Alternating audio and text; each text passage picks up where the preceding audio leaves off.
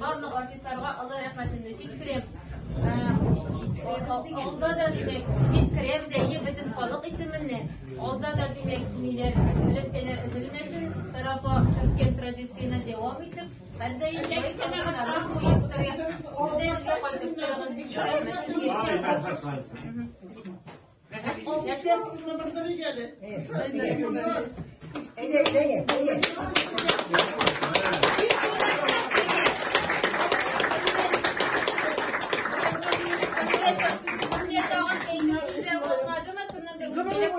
Bağlarını altlarla tigizliğin bilsinler.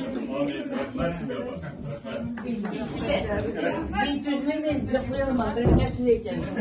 Bütün süreler koşulan büyük evlet buldu. Bütün silah koşulcular oturup Sarapa'nın bütün işçilerinde yıllarca tarafları hem meslektaşı olan Apas'ta tuğup isken kişi olarak tutar için bir evlet. El yapar. Apas'a da bir kayıtlık eli şulay. Apas'a da bir kayıtlık eli şulay. Amin. Şu nasıl girişler bilen. Şu katlı. Gümleti yer Apas'ta. Mikrofonsuz nesiz. Parasin min kılavini subhanallah. Seni kaçıları Apas'ın sen de işletmeleri. Yok, bana et yapan bütün nefesin olur. Vısıklar yoksa, min devirlerine koyarım, sin de koyarım, bana şunu dinleseler, ne şekilde icat işes gibi anlatır, siyayem mi? Onu güzel bir vardı.